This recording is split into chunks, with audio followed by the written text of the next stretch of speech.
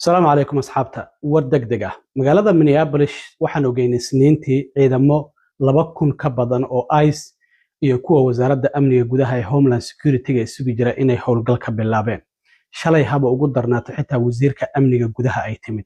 laakiin maanta waxyaabihii ay ka digayeen mas'uuliyiinta gobolka iyo kuwa Minneapolis ayaa dhacay toogasho ayaa dhacday qof ayaana dhintay sida muuqaalkan aad ka arkaysaan gaarigaasi gaduudan ayaa waxa uu ku horjaray gaarigiisa gawaari ciidamada ICE ay wateen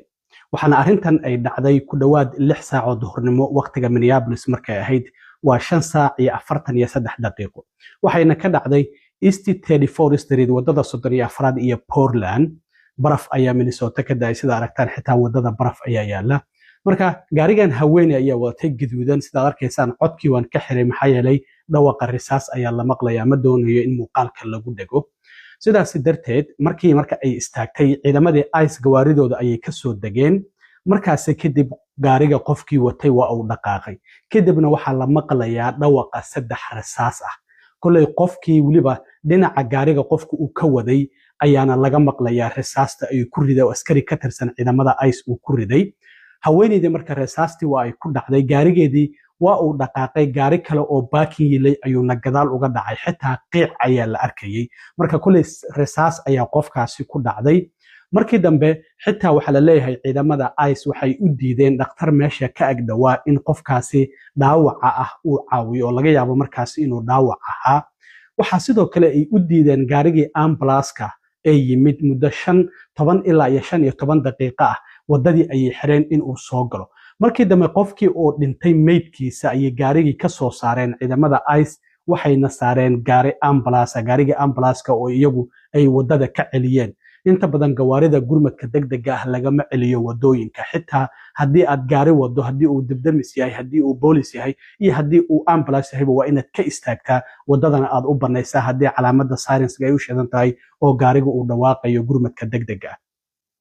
marka wasiirka amniga gudaha arintaasi waa ay ka jawaabtay waxa ay tiri ciidamada ICE oo howlgal wada ayaa qof waxa uu isku dayay in gaarigiisa uu hub ahaan ugu adeegsado oo uu dul marsiyo sida darteed tababarkooda ayay isticmaaleen qofkaasina waa ay toogteen fal argagixisanimo ayayna ku tilmaantay xitaa afhayeenka wasaaradda amniga gudaha Tricia McLovin waxa ay tiri ciidamadu way istifaaceen tababarkoodii ayay isticmaaleen qofkaasina waa ay dileen oo waa ay toogteen waxa sidoo kale la leeyahay askar ka tirsan ciidamada ICE ayaa dhaawac soo gaaray laakiin dhaawac fudud kulay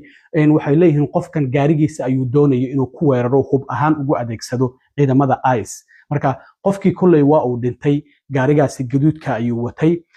qof dumar ah waa ayaa la leeyahay ilaa hadda magaciisa lama sheegin qofkaasina waa uu geeriyooday markii dambena meydkiisa ambulance ayaa qaaday waxaan arkayay taliyaha booliska oo goobta yimid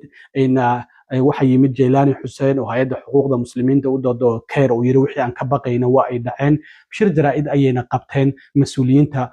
dawladda hoose ee Minneapolis wixii ka soo kordhana waa idila soo socodsiin doonaa laakiin arintaasi ayaa dhacday howlgalkii ay ICE wadeen dhimasho ayaa ka dhalatay mas'uuliyiinta booliska iyo kuwa dawladda hoose ee Minneapolis iyo St. Paulna arintaasi waxay ka digayeen ilaa iyo December markii ciidamadan